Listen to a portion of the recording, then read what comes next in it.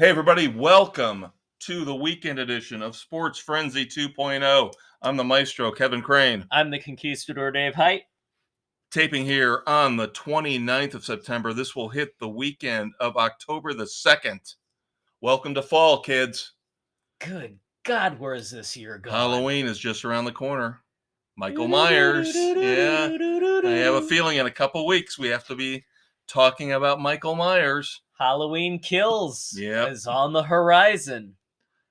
But our movie review for this week, we go back to late last year as far as movie releases go in the theaters. Just recently hit on HBO Max, the Tom Hanks Western saga News of the World. Yes, post-Civil War Texas. Captain Kidd, love the name, Yep. travels from town to town reading the newspaper to the small outlying towns all around, bringing them the news so they know what's going on. And it's his way to earn his living. Right. And again, I know this is very hard for all the millennials out there, the snowflakes with their cell phones and their laptops and their tablets. But yes, this is actually how life was back in the mid 19th century. Yep. So somebody like Captain Kidd, who could, this was considered a skill. It was storytelling at its finest.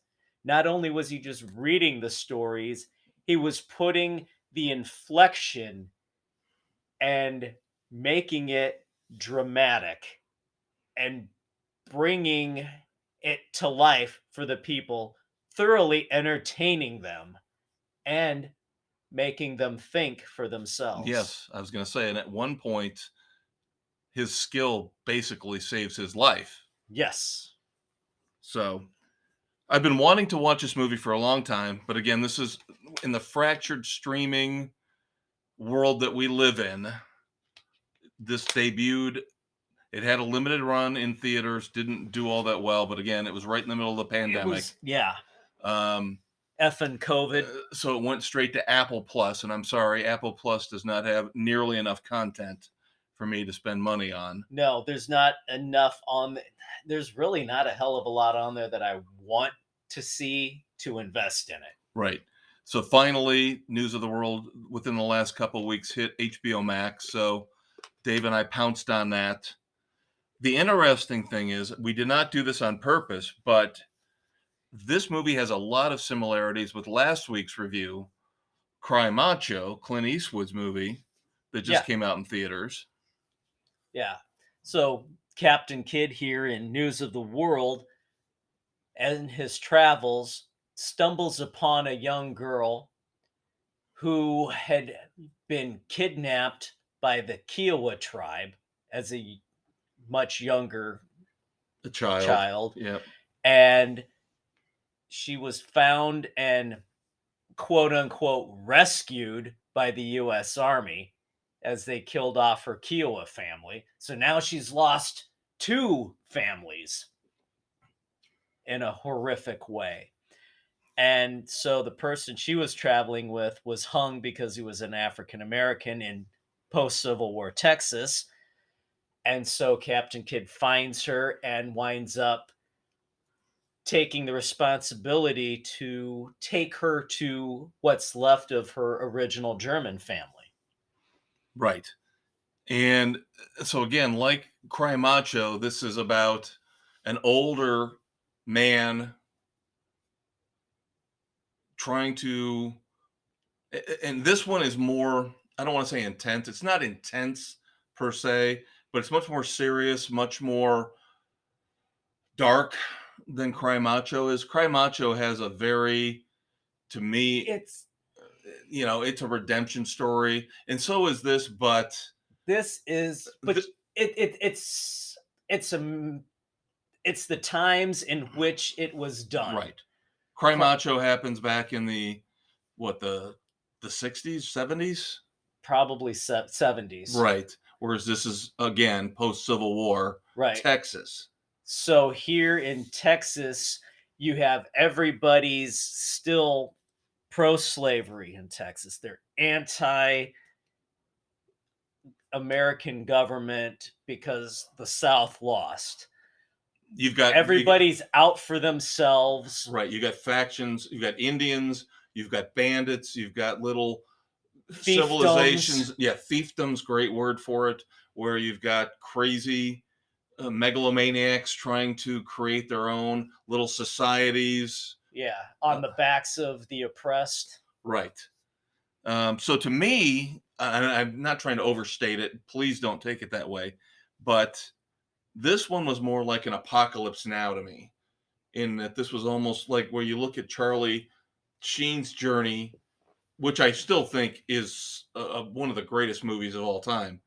The journey, I love the idea of the journey of self discovery with all the deadly obstacles, all the different personalities, all Yeah, the different people you meet along the way, and where they help or they hurt you. yeah. But you rely on the skills that you have, Right, be it what you learned as a soldier in the war defending the young lady, right, or using your oratorical skills to turn the tide in your favor. right, right. So again, I'm not comparing it to Apocalypse Now, but it does have that feel of that journey That through journey. different levels, different areas of bleakness and darkness, and a little bit of light Yeah. and hope at times. Whereas Cry Macho, even though it was to me very similar to this movie, in that again you've got a child, you're not using the child, but the child is a means to happiness and redemption for both Right. Clint Eastwood in Cry Macho and Tom You Hanks. take the responsibility to protect Right. and bring them to their destination. Right. And you grow fond, you grow an attachment to them, whether it's because you truly care or because you see your younger self in some way Right. in them, and you remember what it was like to be in their shoes when they were young, 10, 15, 18 years old. So in that way it's very similar. Now I like News of the World better, maybe because again I like bleak, darker stuff. It seems like the journey that Tom Hanks and his the girl that he has to watch over is more trying, and it feels like they have to work harder to get to where they want to go, Yeah. whereas Cry Macho was a little too light and fluffy for me. I will agree. And where Cry Macho could also be had that slower pace. This was still slow. I think News of the World was still slow, it but was not a as little slow. it was not as slow. The pacing on News of the World worked better than what it did for Cry Macho. I agree. I do. And one of the things that hit me watching this movie, and I know it's obvious, and it's going to seem like something that is a foregone conclusion that shouldn't have to be spoken or said, but I always forget how great of an actor Tom Hanks is. I always forget how he can draw you in when he's on his game. He can When he- always draw you in, even in a subtle performance like this, where he really doesn't do a lot in terms of emoting, but you can tell he's been in the war. It's hardened him, Yeah. so that's why he doesn't let out a lot of emotion. Right. Because everything's been drained out of him. He almost feels like the worst of life is going to get him, and he basically says that at one point in the movie. Yeah. But everything that's happened to him was a result of what he did during the war. Right. It was his curse, as he said. Right. But he doesn't go into wild emotional swings or fits. So this, to me, I think the great actors, and we've talked about people like De Niro and Pacino and how we get tired of the whole let's do another mob movie crap. Where they're pigeonholed, and that's the only thing they know how to do. Yeah, they're pigeonholed, but they choose to be pigeonholed. Because they cannot do anything else. I think the great actors, and I was looking back on this, at my favorite actors, the great actors always try to make one phenomenal Western. They always try to take a swing at that the one great Western. Christian Bale, Russell Crowe, 310. Val Kilmer, Kurt Russell in Tombstone. The Hell, great Costner has done several. Right. The great actors find what's appealing in a Western, which you and I obviously we've watched relish, dozens and dozens and dozens of Westerns. relish the Western. The simplicity of the format of the storytelling, but yet, you know, the trials and tribulations It's that you the have to go classic through. good versus evil. And I think this was Tom Hanks finally taking his swing at making a great Western. And he pulled it off. Yes, and that's why I will put him way above Pacino and De Niro, because they don't have the balls they don't have to try the to range. do this. They don't have the range.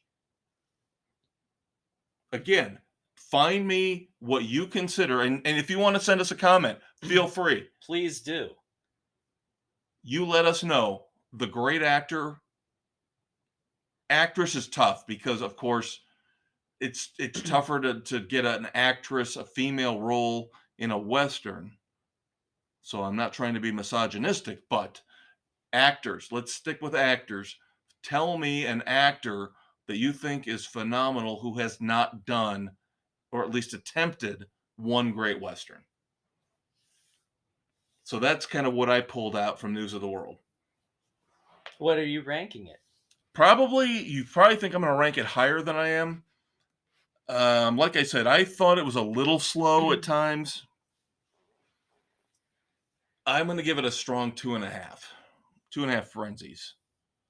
As much as I love Tom Hanks, again, pacing was a little slow, and the obstacles, the trials and tribulations he went through seemed a little random. You know, I mean, we all understand that that's what post-war Texas looked like. I will agree with you on that wholeheartedly with a strong 2.5. Okay. It could have easily taken out about 15 minutes of the film. Yeah. Yeah. And 2.5, kids, keep in mind, for us at a scale of 4, 2.5 is a recommendation. 2 is a mild disapproval. 2.5. Still watch it. 2, you can still watch it. It's okay. 2.5 is where we start to say it's worth watching. There is something about this movie that's redeemable. That is great. Yes, whether it's the acting, there's something about it that's, when you get into the 3 territory is when we're starting to talk about you should buy this. You're going to watch this multiple times. Over right. and over. Yeah, and again, Tom Hanks' performance is so good, but it's not classic. No, it's not. It's a really strong performance. Really strong. And again, understated. Yeah. See, this is probably a one watch where I could see watching it again, but years from now. Yeah. It's not like a repetitive watch like we would with Tombstone. Right. Or Wyatt Earp or Silverado. Magnificent Seven. Yeah. Either one. Right. Right. It's not an action movie. No. Okay, don't get that impression. This is not an action movie. This is a drama. This is a human. Right. Tom Hanks is not this is a human blowing interest. people away left and right.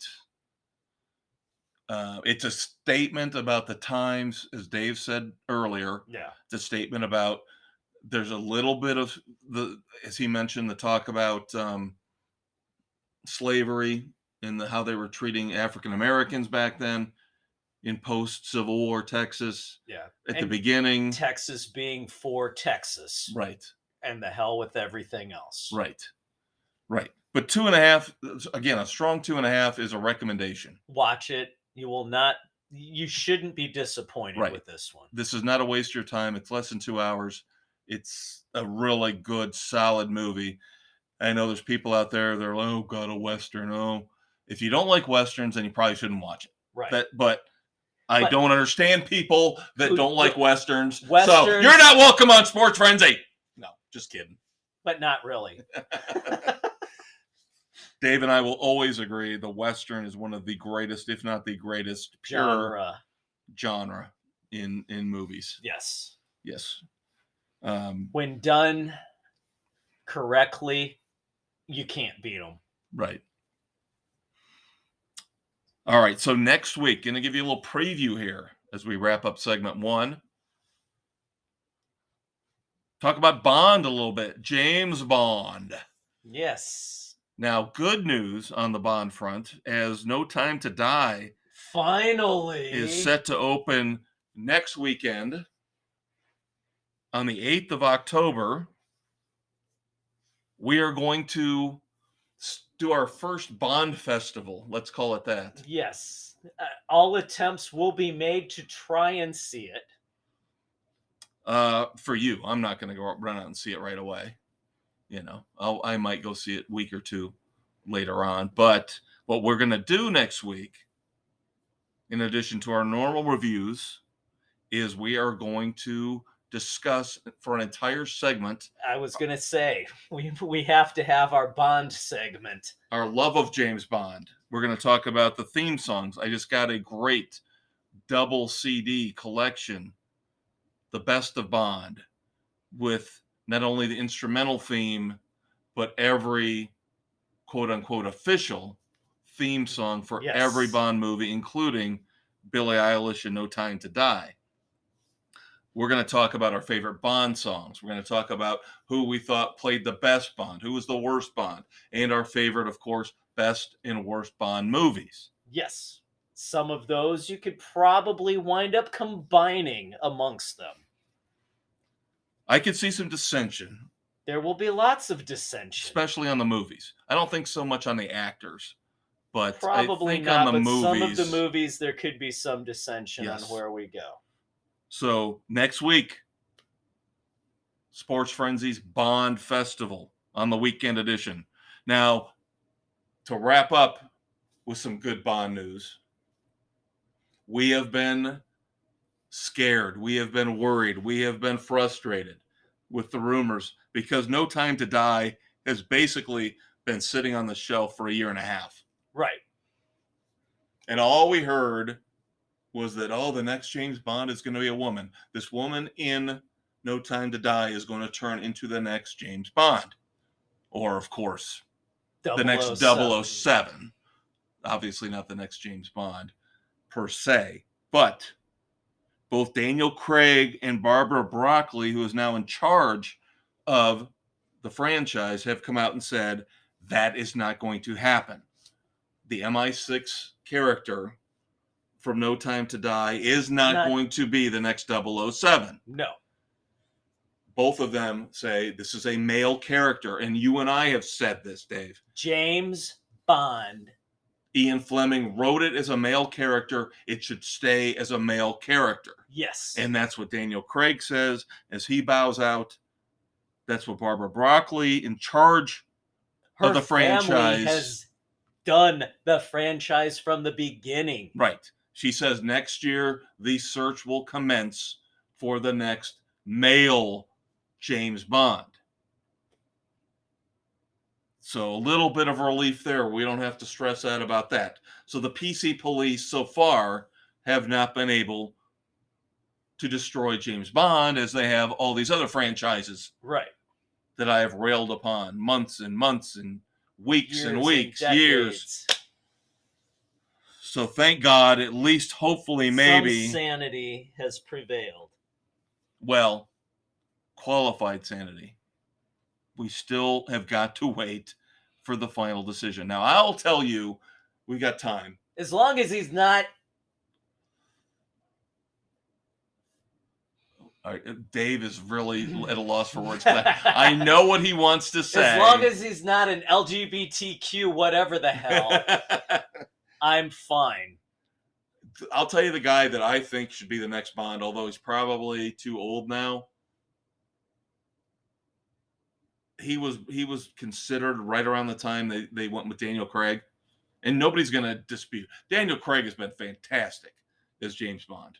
Yes. Utterly complete. But a lot of that has to do with the fact that when they decided to go back, reboot everything with Casino Royale, they made it darker, grittier, nastier, still humor, but not as much as they had in the past. Right. And that kind of took the theme from what License to Kill was, where it Right. went dark. Which and is gritty. underrated. And again, we'll get to that next week. But I just want to say, I think a guy who would really be good at, and we haven't seen him on screen in ages. And I don't think he's that old. He's probably maybe 50. Clive Owen. Clive Owen could be really damn good. But where's he been? I know. He's dropped out of sight. Do you give Gerard Butler an opportunity? That could be a good pick.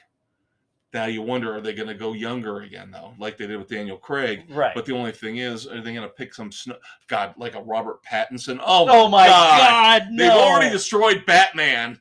No, you cannot go there. Although the early footage I've seen of the new Batman, I'll reserve judgment on that. I won't. But yeah, I always liked the idea of Clive Owen as 007. You know, you got to get a Brit in there, don't you? It's got to be a Brit. It has to be a Brit. Yeah, it has to be. You can't do American. No, that will not fly. Right. The only American should be Felix. Felix Leiter. Yeah, but again, going back to License to Kill, Felix ain't in good shape if you base everything on License to Kill. No, he's yeah. But that was the movie, and again, we're going to talk more about this next week. But that was the movie that redeemed Timothy Dalton. Yes, because the first one, Living Daylights, was an abomination. Yes, not the worst, but definitely in the bottom third. Yes, I would say. Yes. But we'll get into all that next week. Dave and I will talk for 30 minutes straight about everything Bond. It could be a 2 segment. Well, you're dealing with, 25 movies? I know. So it could take a while. Break down it. Be in it for the long haul next week, kids. That's all right. Coming up, we've got our music news. We got a couple new songs that are out that we're going to review. I know we promised maybe I think last week promised the new Tremonti album.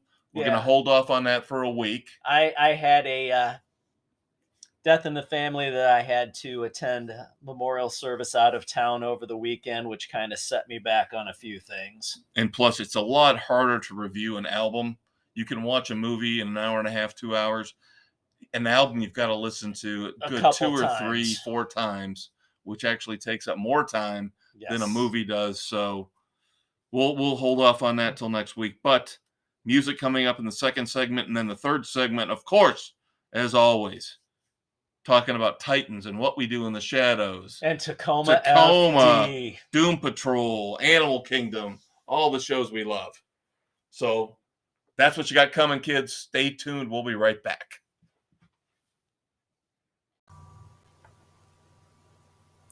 Hello, friends. Are you tired of the boring sports analysis you get from the major outlets? If so, join the Maestro and the Conquistador for a riveting discussion of all sports topics on Sports Frenzy 2.0, available on Spotify, Google, Apple, and wherever podcasts are available. Welcome to Sports Frenzy 2.0, the weekend edition, segment 2, here for October 2nd, 2021, as we record on the 29th. We're taking on music this go round. I'm the Conquistador, Dave Height. I'm the Maestro, Kevin Crane. And we got a couple of singles that we're going to discuss to start off. Yeah, this is the way the world works now, with Spotify and iTunes and all that. You don't get a full album. You get snippets before you get the full. We reviewed Billy Idol's The Roadside EP last week, and that's kind of looking like, if you're going to get physical music, that's going to be the format. Yeah. And that's the way it's going to go, I've heard, with Guns N' Roses' Hard School. I was hoping and praying that we were going to get a full new album from GNR. I was looking forward to. Let me rant for a minute. Yes, And please let me, of course, bring this back to Van Halen, because everything comes back to Van it Halen. all comes But of back course, around. Van Halen was criticized for a different kind of truth in some circles, because a lot of people said, rightfully so, some said the entire album, some said half of the album. I was always fighting, saying it was a little more than half, were old demos, old songs, old ideas that they had come up with back in the 70s and early 80s that they reworked, they redid to piece together a cohesive album. And it turned out to be the final album. Sadly. Yes, and I fought people on this, people that said it was all garbage, it was all redone not stuff. all It was a garbage. fantastic finale, what turned out to be a final album. I was kind of thinking that GNR would end up doing the same thing here, where pulling old stuff out of. We all know that Absurd was based on an old Chinese Democracy demo, and now we get Hard Skool, which again, based off a Chinese Democracy demo. I was hoping these were the first two salvos leading us into a 2022, maybe 23 GNR album. Now they're saying they're going to put out like the Billy Idol EP. They're going to put out a 4-song EP in early 2022 with Absurd, Hard Skool, and a couple live tracks. I find it very depressing and disappointing. That's sad. That's really fine. sad. I would be fine if they wanted to go a different kind of truth that way and find all these old demos that have been floating around the internet for years and years and put together 10 or 11 songs and give us a new album, a full album. Re-record with modern technology. Slash sounding as great as ever, obviously. Yeah. We just saw him. But yeah, to put out a 4-song EP, that's a cop cheap. out. Feels cheap. It's a full and utter cop out, especially when you're out on the road doing a 3-hour tour. Right. And again, no, I'm not going to bash you if you want to redo old stuff that you've got in the vaults and you're bringing out, because you look at it and go, yeah, we could make this work. You know what? We didn't like it then, but it's got some promise now. And if we tweak it here and there with where we're at, we can release it. I would love that. Right. Right. So right now it looks like all we're going to get is this EP. The 2 new songs will be Absurd and now Hard Skool. We talked about Absurd a couple weeks ago. Right.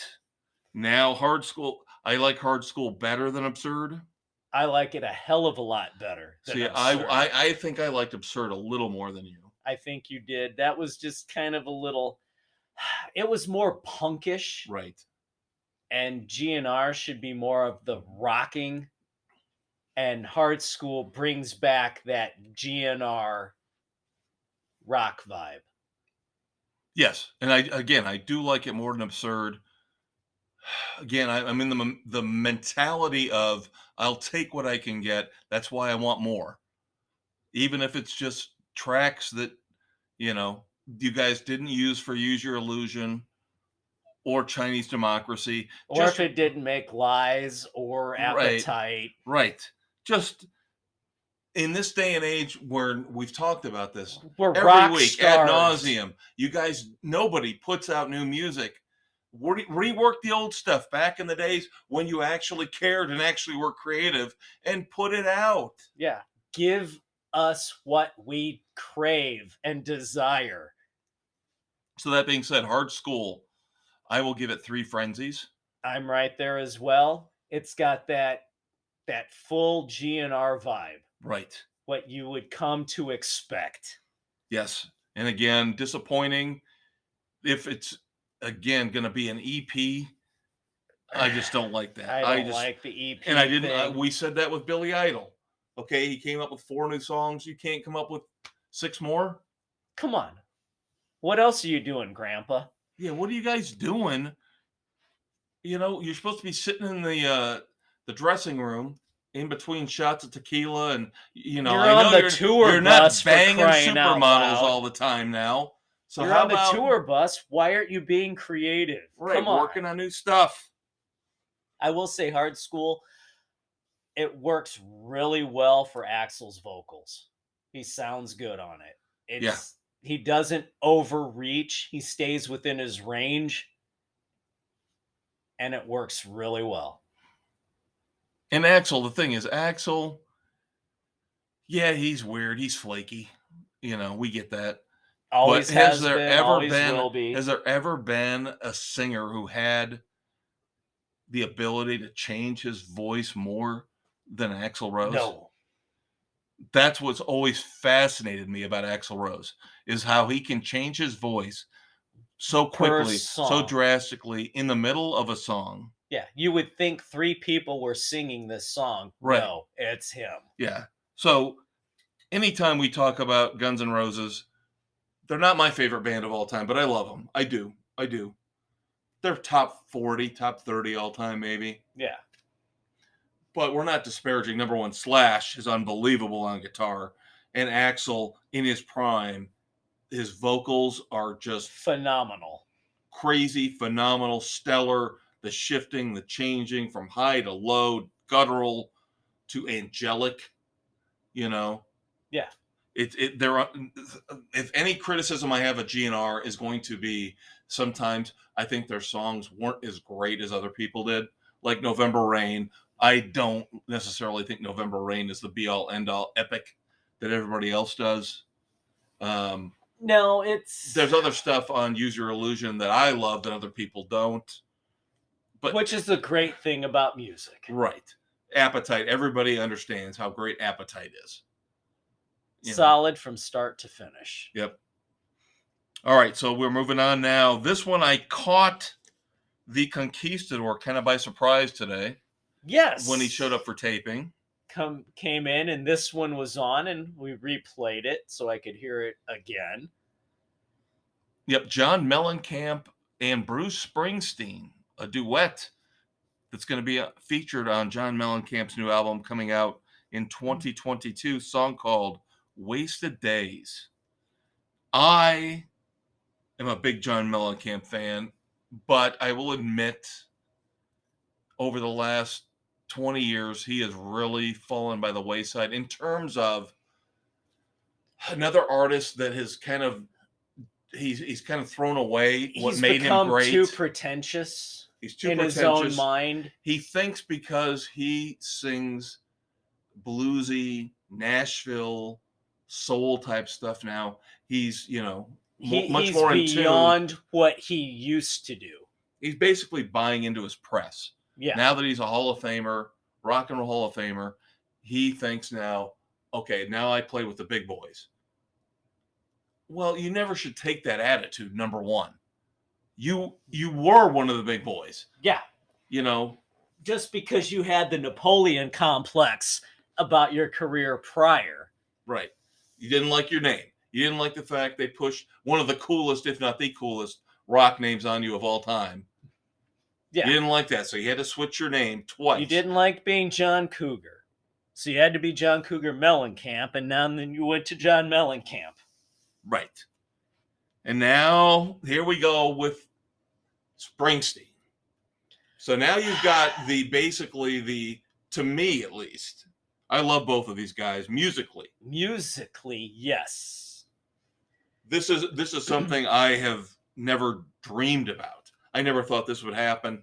These two on the same song is really cool for me. It's cool, but I don't know that it really works all that well vocally. We had the same problem, I think. Now, I'll still give this 3 frenzies. I like it. I like the song. Mellencamp, his influence still comes out on top in the end, but I know where you're going. I will give it a 3 as well because of the whole Mellencamp thing. But Springsteen, again, like we were talking about a couple weeks ago with that atrocious cover, the bastardization of Highway to Hell. Springsteen, I don't know if it's just he's limited vocally now, or he has always been limited vocally. He's always been limited vocally.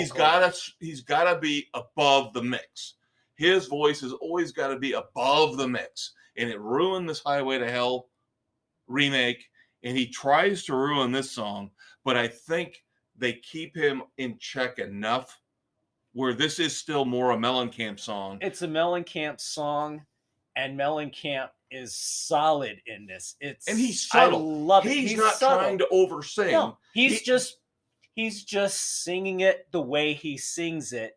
But when Springsteen comes in, he tries to put his vocals louder than Mellencamp. And that's on the chorus too. That's and the the thing. chorus, if you which guys kind of takes it down from what it could be. right. If you listen to the song, kids, your Uncle Dave is 100% correct. When Springsteen is competing with somebody else on vocals, He again, can't- Highway to Hell is a great example of this because Eddie Vedder's involved in that, right? right. He's trying to sing above everybody else.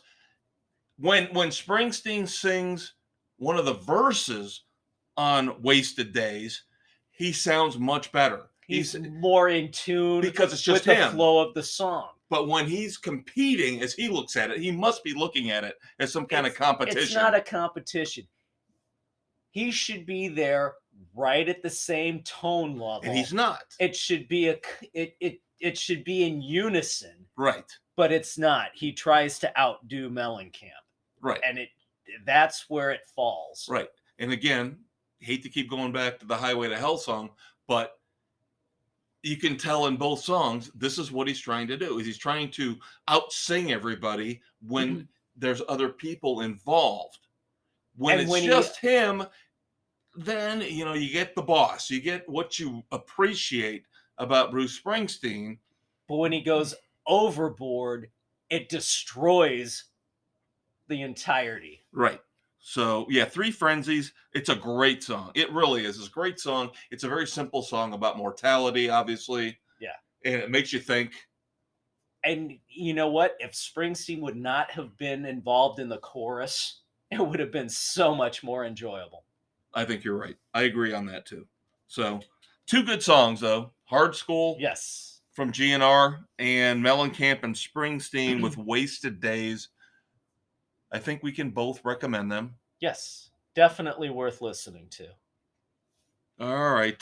We got lucky, kids. Whoa. Not with Doobie Brothers. Doobie Brothers, we've been screwed and screwed and screwed again. Kind of like with Billy Joel. Oh, this is 10 times worse, man. I mean, this is going to be almost 3 years between when we bought the tickets and when we finally possibly get to see them. That's the same thing with Billy Joel. So yeah, we're still waiting to see Billy Joel, still waiting to see the Doobie Brothers, but we dodged the health bullet with the priest. Yes. And we're not trying to make it sound like, we're so happy we got to see him, but no, our thoughts and prayers definitely with Richie Faulkner, who replaced KK Downing in Priest. Only 41 years old, had to undergo emergency heart procedure. So, of course, we wish him the best.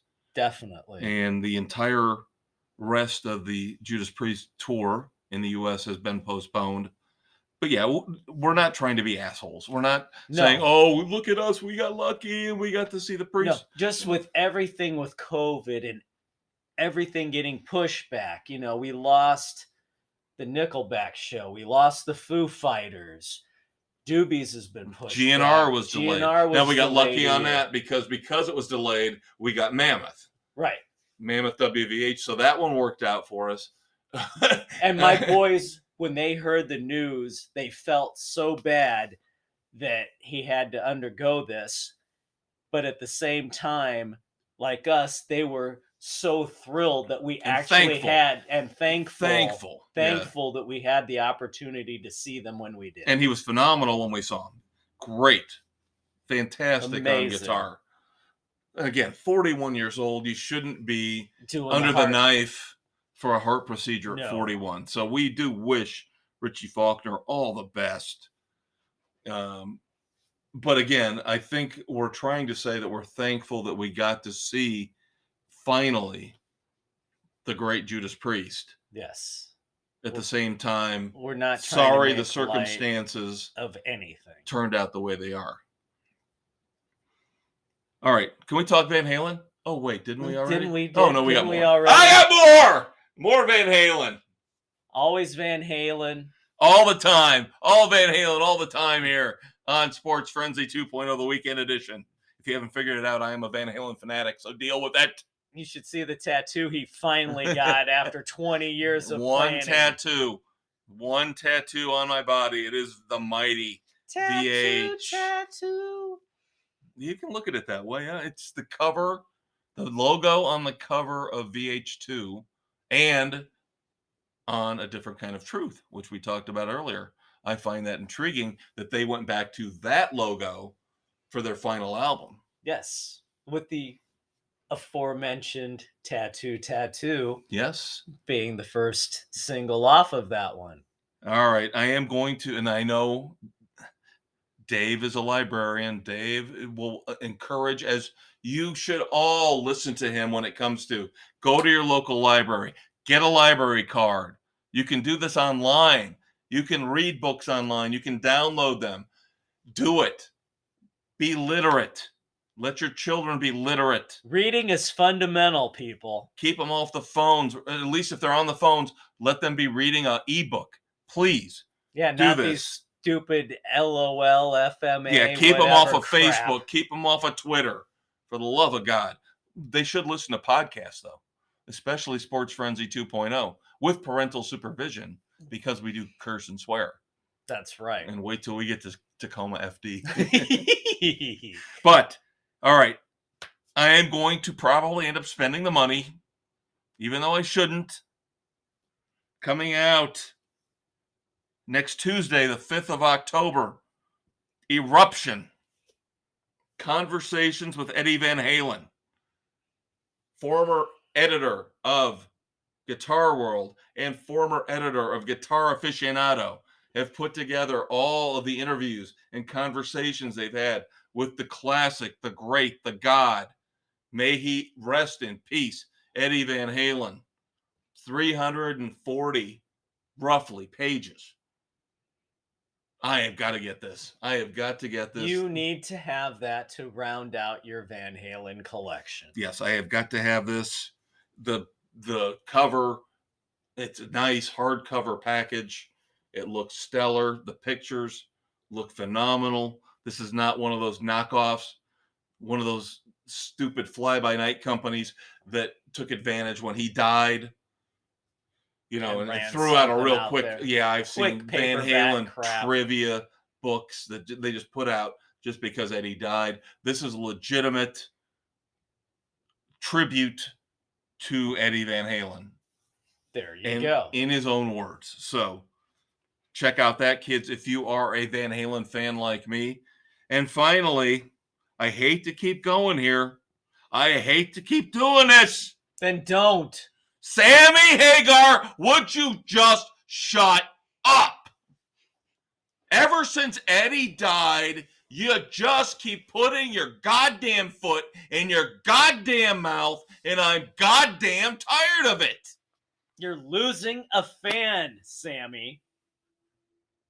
I'm sorry. The Maestro has stuck up for you on a number of things, and you keep making him want to hate you.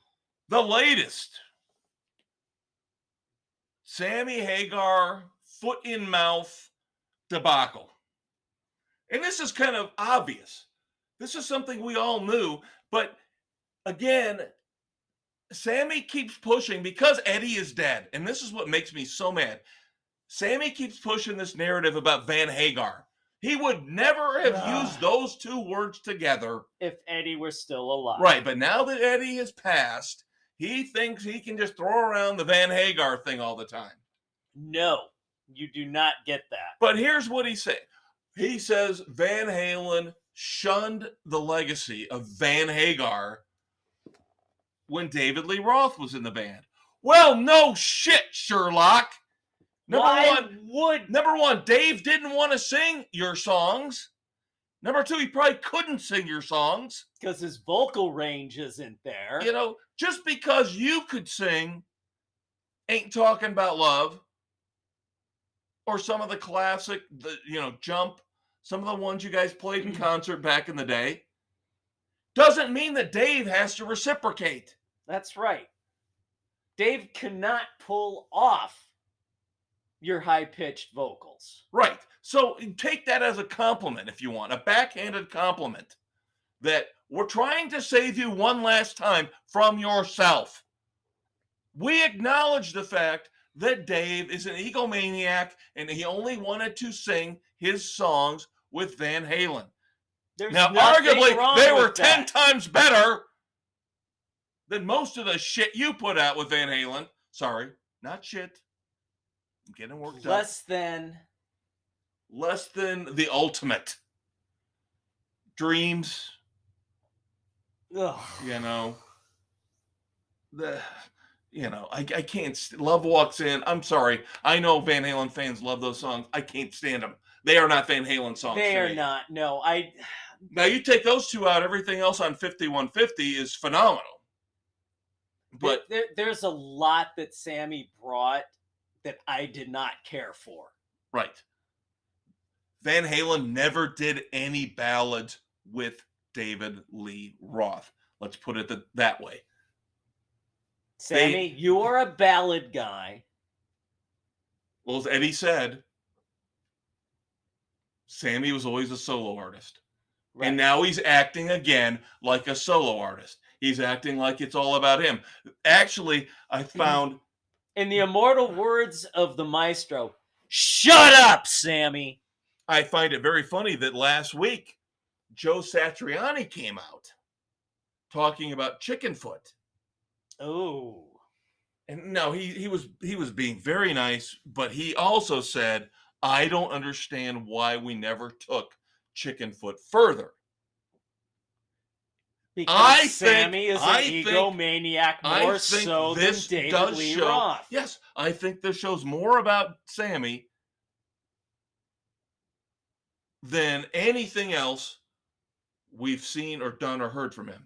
When Joe Satriani comes out and says he wanted to continue with Chickenfoot, so what's the excuse? What's the excuse? On Sammy. Mikey's going to go wherever Sammy goes. Right. Because Mikey can't think on his own right now. So what, Chad Smith? Okay, what's the last thing the Red Hot Chili Peppers did?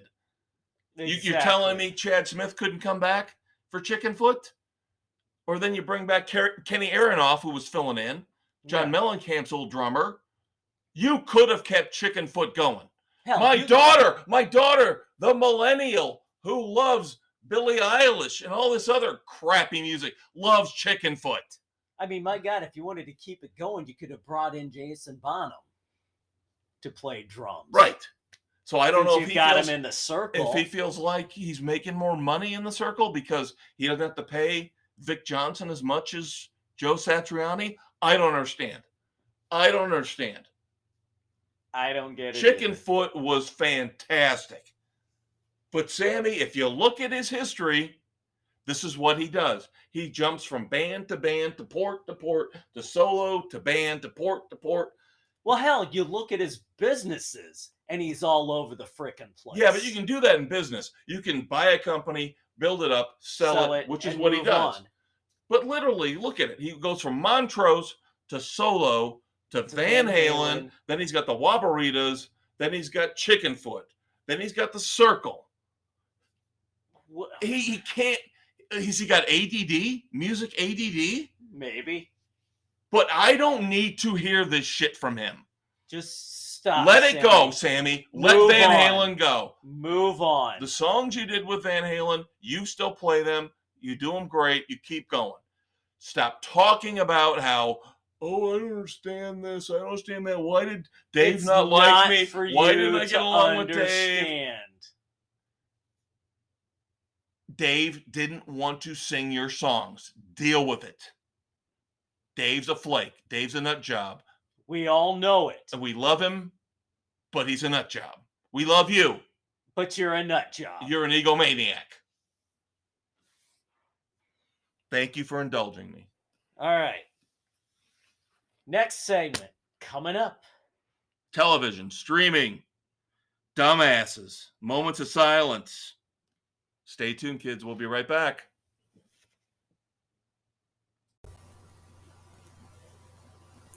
Listen to Sports Frenzy 2.0, the weekend edition, on Spotify, Anchor, Google, Radio Public, Pocket Cast, Breaker, Apple, Overcast, and Castbox as the Maestro and Conquistador give their reviews and news on music, movies, TV, books, and more every Saturday. They can't help themselves. They have no control over this need to talk and scream. It's inside them. The fire, the voices, the torment.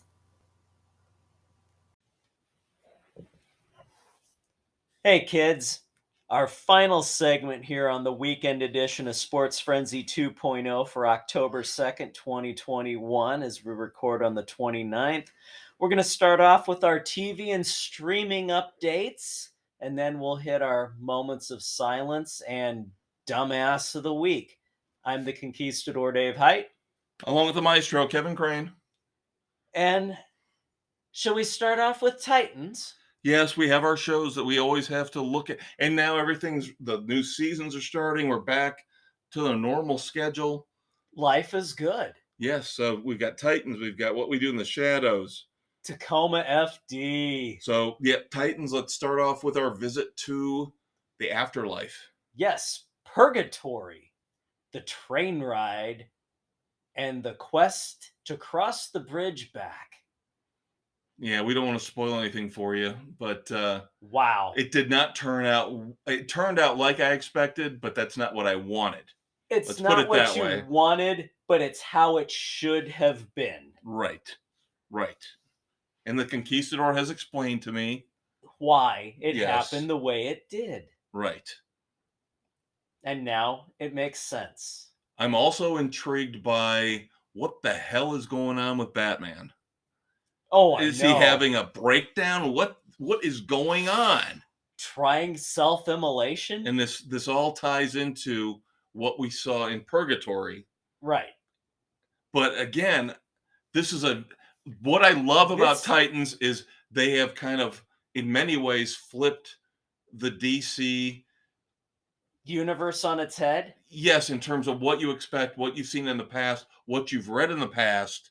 You're not getting that out of Titans. Titans is something completely different and something completely awesome. Yes. And what I love about this season is there's no continuity to the episodes where the storyline flows like you would normally think it would, that they bounce Now, for the characters. can I tell you something that's going to make me sound even more cynical than normal? Sure. You know why they do that? They don't have to pay the actors. That's just where I was you going to go with an episode where You've Brendan got Thwaites doesn't have to appear as Nightwing or Dick Grayson. He doesn't get paid. right.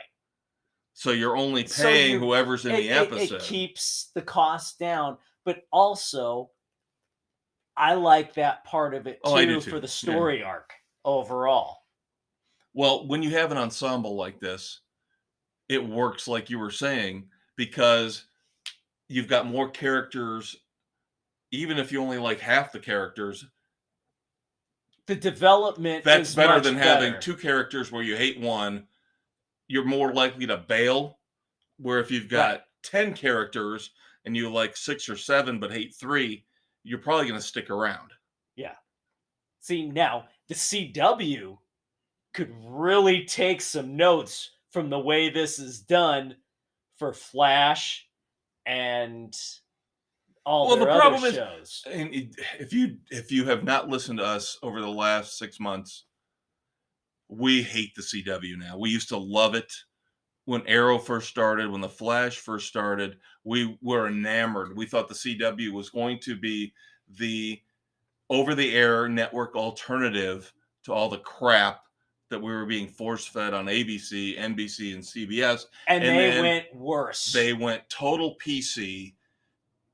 Got a bunch of snowflakes writing the shows, no violence, no action. And that's It was probably why Supernatural came to the end when it did. right. Luckily, it did. come to the end at the right time. before they forced all that crap Right. onto Because Ackles I've and mentioned I Padalecki. tried to watch the first couple episodes of Walker. PC garbage. Namby-pamby PC garbage. The Flash I will not watch anymore. It's off my DVR. Namby-pamby PC garbage. I'm not watching Stargirl or Batwoman or Supergirl or Legends of Tomorrow. Titans is hardcore. We're going back to the hardcore stuff like Gotham. Yes. Now Gotham was on Fox. But still, So it Fox had that probably- dark edge. But Fox probably gave them a little bit more leeway like they did with Lucifer before Right. that moved to to Netflix. Yeah. That's probably why Netflix took Lucifer on, was they didn't have to really mess with the tone and the darkness. They could take it to the next level. Right. Whereas the CW stuff Went flaky. Yeah. I don't think anybody would pick this crap up right now. No. Because it's so bad and it's so fluffy and so namby-pamby PC.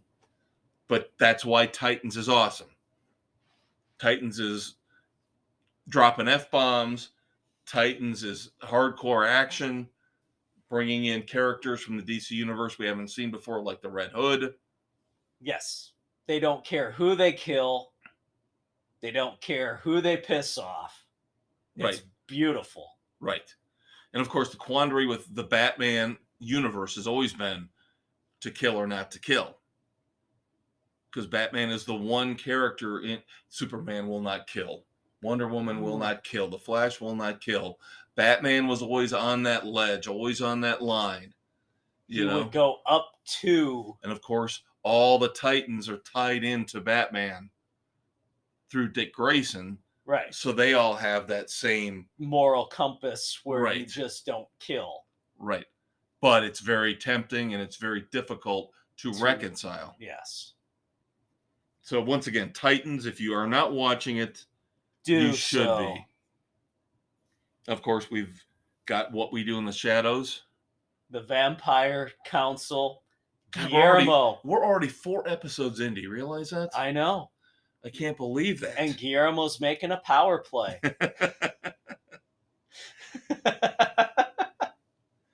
Yes, and he's atoning for a mistake he made in an earlier season. Yes. And he screwed Laszlo completely. And so now you can kind of see where they're going. Laszlo. Yeah. Now, here's my question. See, now what is it with Laszlo and Colin's friendship developing? Well, I have 2 questions about that. Number one, with the neighbor. Yeah. I thought he had the brain scramblies, so how all of a sudden is he back to normal? He seems like he's back to where he was before they wiped him. He still had the brain scramblies when he got involved with that stupid pillow thing. I know. But that's the thing, is I thought he was completely like an automaton, almost a moron now. But now he seems like he's back to where he was at the beginning. Yeah. Now, number 2 would be, I didn't think, because a key part of episode 4 here, where Guillermo screws Laszlo into basically, he has to take over responsibility for a mistake that Guillermo made. Right. Because Laszlo's drunk off his ass. I didn't think vampires could drink. Unless they drank the blood. He drank the blood of somebody. Okay, I did not see where he did that. No, that's what they alluded to. They did, okay. They did say that he was on a blood drunk. Okay, I did not hear that. Yeah, they did mention that. Okay.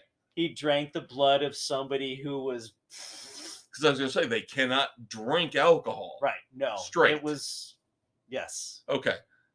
But that leads into Guillermo basically hosing Laszlo. So now Laszlo has basically a ward. Yes. So basically he's going to be Batman to this Robin. Oh my God.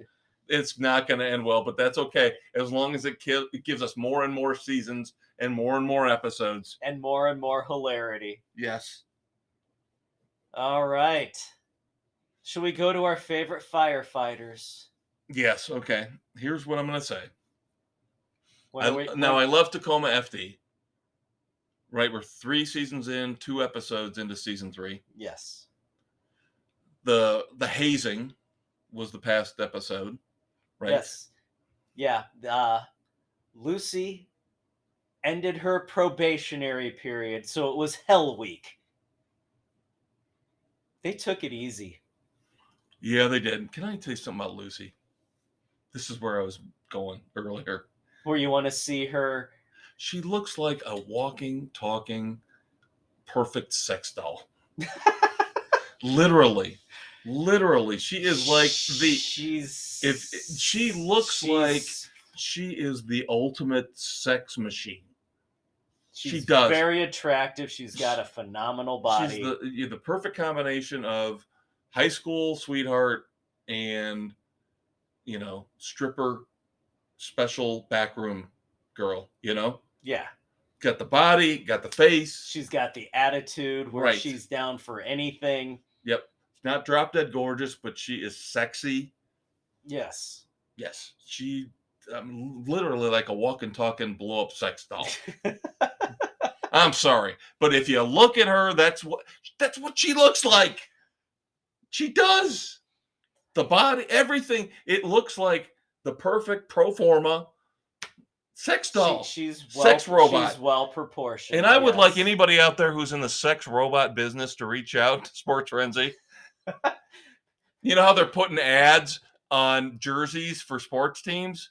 I would be willing to put the Sports Frenzy logo on the ass of your sex robot if you come up with a viable model that actually works. And the Maestro is volunteering to try it out and give it a rating. Yes, I will be part of your team.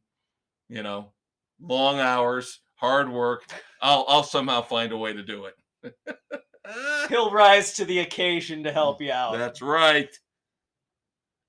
Now, I know you're still catching up, but I have watched the first episode of season 3 of Doom Patrol. Very interesting. I don't want to spoil anything for you. Okay. Still awesome. Still great. Still quirky. Crazy beyond belief. I know you like Crazy Jane. Yes. Yep. She's one of those characters that's just you can't wait to find out what she's going to say or do next. Yep. She keeps everybody on their toes. Right. And they call this on HBO Max an existential superhero show because I guess that means it's artsy-fartsy. There's some thought involved in trying to figure out what's going on. I don't know. It's artsy-fartsy. It is. It's a little artsy-fartsy, but I love it. Again, it's like Preacher. It's all the Vertigo stuff that they brought over. I did not watch the current episode of Why the Last Man. Existential. I would say it's that dark, quirky. Right, but you got Preacher. You had Lucifer. Like I said, Why the Last Man on Hulu right now. Yeah. Now you've got Doom Patrol. These are all based on Vertigo comics from DC, which is their edgier, crazier, adult oriented segment. Right. This is not Superman, Batman crap. Right. So I like it. I like that stuff. We don't get that from Marvel. No. Now Marvel doesn't have the dark other than Punisher is about as dark as they go. Right. But this is much more creative, quirky, existential. But I appreciate the effort that they put in with trying to make things a little different, a little crazier, a little nuttier, a little kookier, So more of an edge. I am all down with Doom Patrol. Hopefully Dave and the boys will catch up soon. We'll get there at some point. Their work schedules make it difficult. Of course, Animal Kingdom is about ready to wrap up season 5. I am happy and sad because I know there's one more season coming, but then I know that's it. So season 6 will be the end for the Codys, one way or the other. Yep. And I got a bad feeling. Will they surf off into the sunset, or will they go down in a blaze of Not quite I glory. gotta believe next year there's gonna be blood and death. There's going to be a reckoning. Yep. There's something bad's gonna happen. Right now, all I can say is that I'm not seeing the end game yet. We got one more episode here before they wrap up season 5. I am Wow. not seeing the end game yet for season Intriguing. 6. So I got a feeling they're going to bring something in for season 6 that's going to screw everything set up. Right. The final run. Right. So I love it. Animal Kingdom, fantastic. One of my favorite shows.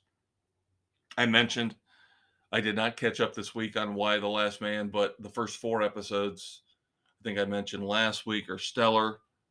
I'm going to wrap that up before I cancel my Hulu here in November.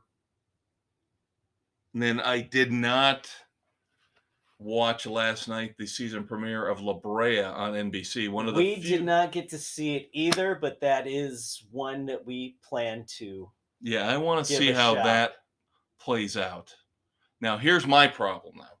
This ties into my big TV and streaming issue for the week. There is a fight going on between YouTube TV and NBC Universal Comcast. I guess NBC Universal wants to raise the rates on all their channels, which is USA, NBC, NBCSN. Who cares? That's going away in 2 months. Yeah.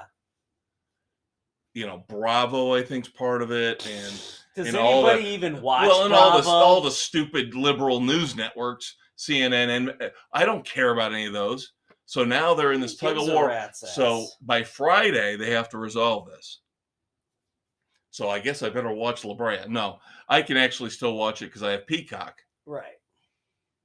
So if you have Peacock, and YouTube TV was really nice about it, and they sent out an email to subscribers like me and told us that this is why you're seeing these little bars scrolling across all the NBC, like I was watching the race. Right. That's what they do for DirecTV Right. or Dish Network. or Right. whatever. Yeah, we're the good guys. They're the bad guys. They won't carry us. Yeah, well, you want more frickin' money than anybody really Right. wants to pay you for your shit. So here's what YouTube, which I think YouTube TV was really smart, jumped out and said, you've been seeing these bars on the NBC channels. Keep this in mind. If we, on October the 1st, cannot renew our agreement with NBC, we're knocking $10 a month off your bill, and then you go sign up for Peacock Premium for $5. You save $5 a month and still get all the channels you want. Wow, bravo for them. Yeah. So basically, they're saying you'll save $5 off your bill every month if you just go ahead, let them cancel. Let them cancel. We won't have it. We'll knock $10 off your bill with us, and then you get all the channels back with $5 to them. So you make the decision. We're telling you that's the way you should go if NBC Universal. This is what happens. But this is again what we've talked about. It's not right and it's not fair. No, it's bullshit that they want to tack on all this well, crap because that nobody watches. Comcast owns all this. Yeah.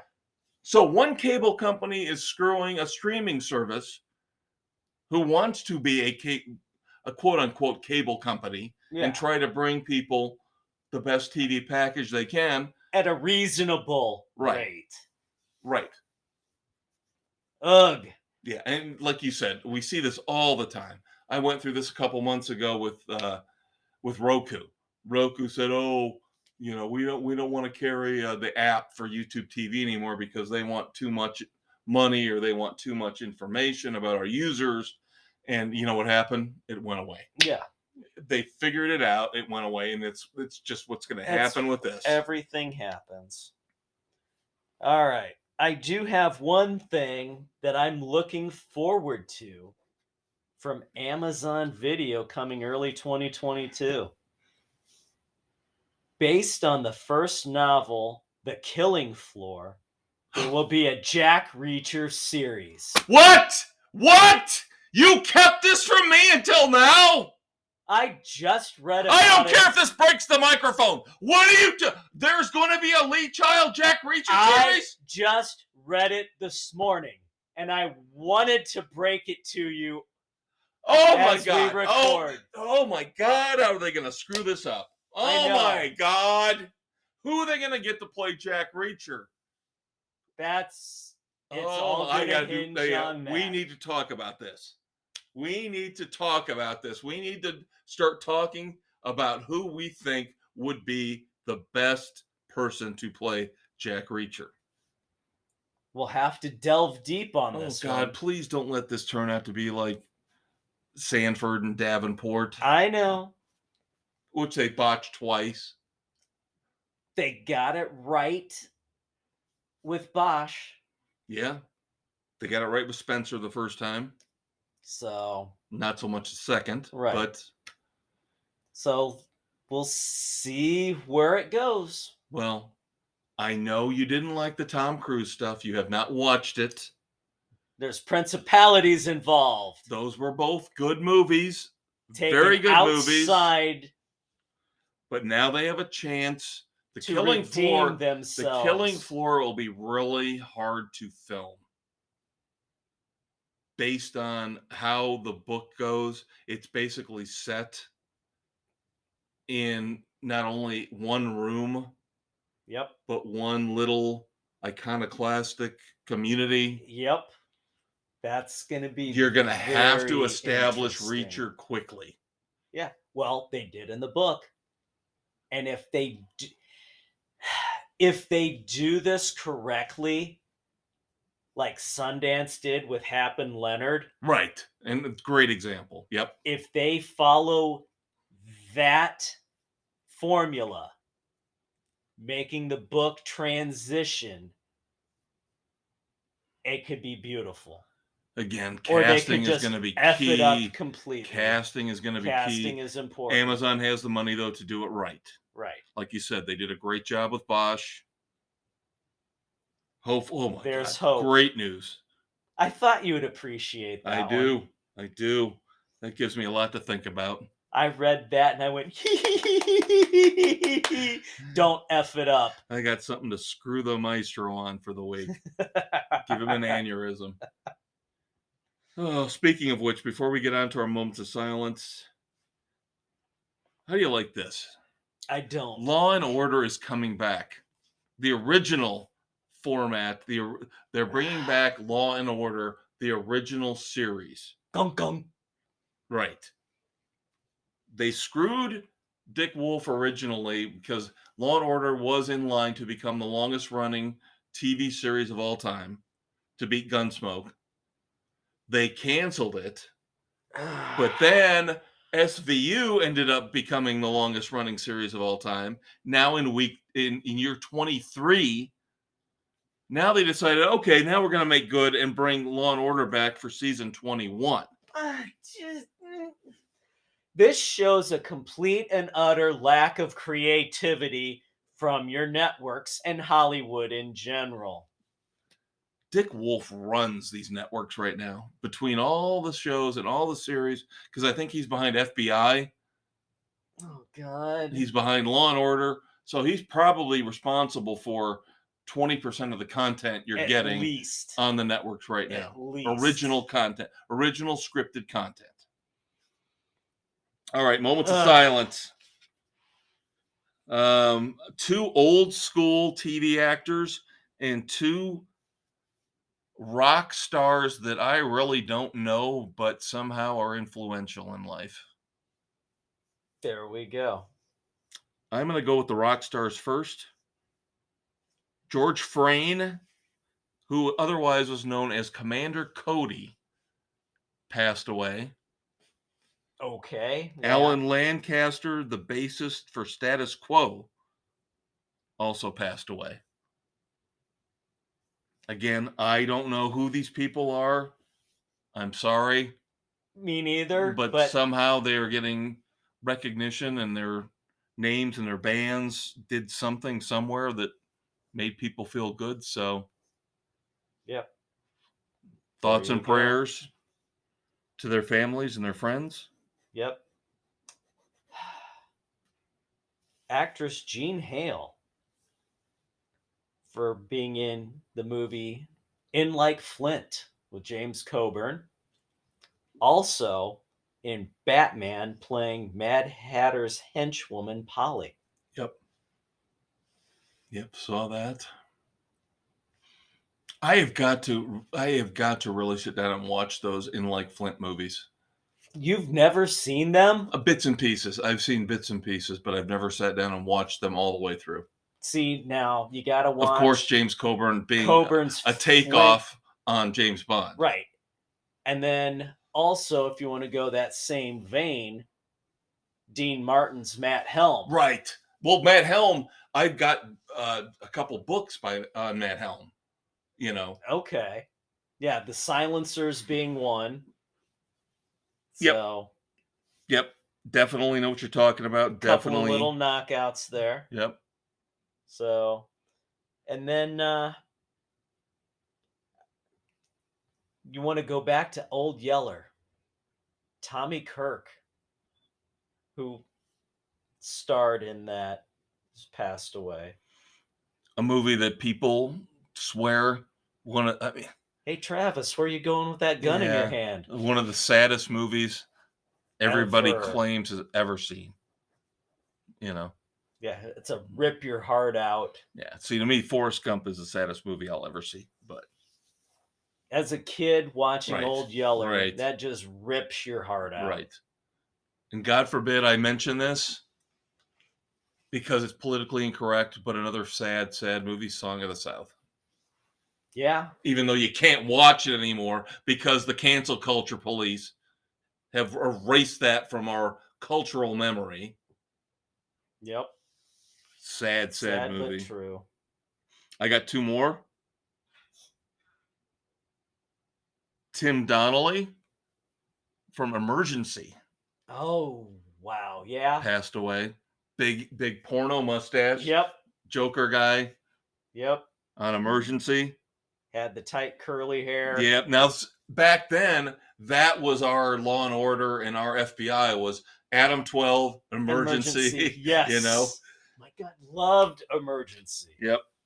Randolph Mantooth. And of course, still staying in that 70s TV vibe. Sad news from the original Hawaii Five-0. Al Harrington passed away. Loved the original Hawaii Five-0. Can't. Yep. That's why. This is why I can't stand these reboots. They diminish my memories of the originals. The original Hawaii Five-0, the theme, Jack Lord. You know, The original Alex Leiter.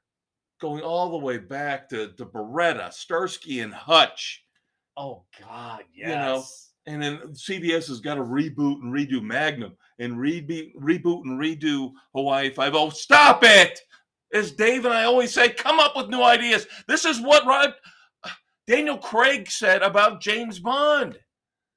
This is why he is so smart and so brilliant, and he doesn't care about Hollywood and cancel culture.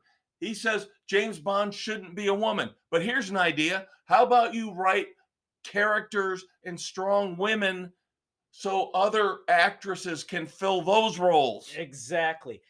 Come up with new ideas. Finally, to wrap up the weekend edition on Sports Frenzy 2.0, one dumbass of the week. I don't know what the hell this network is. It's called the GAC Family Channel. But okay. But they're dumbasses because they, right away, after she got out of prison, have to bring back Lori Loughlin and give her a job. God. And I have to admit, I saw a great comment on Deadline.com.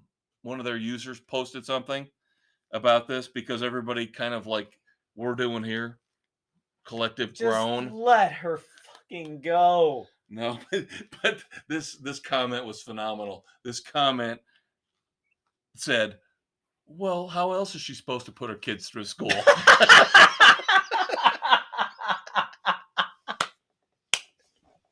Nice. On that positive note. What, she's not earning enough of the residuals from Full House reruns? She's supposedly carrying on a character that she did on a show on the Hallmark Channel. Oh, but again, I don't know what the GAC family channel is. But of course, she had to jump at the first job she got offered. Well, yeah, because she's got to pay off her lawyers and pay for college. Unbelievable. Hollywood, you are such hypocrites. You're assholes. That being said, thank you for tuning into the Weekend Edition. I am the Maestro, Kevin Crane. I'm the Conquistador, Dave Hyde. Next week, Bond. We will get you ready for No Time to Die. We love you. We'll see you next week, kids. Bye-bye.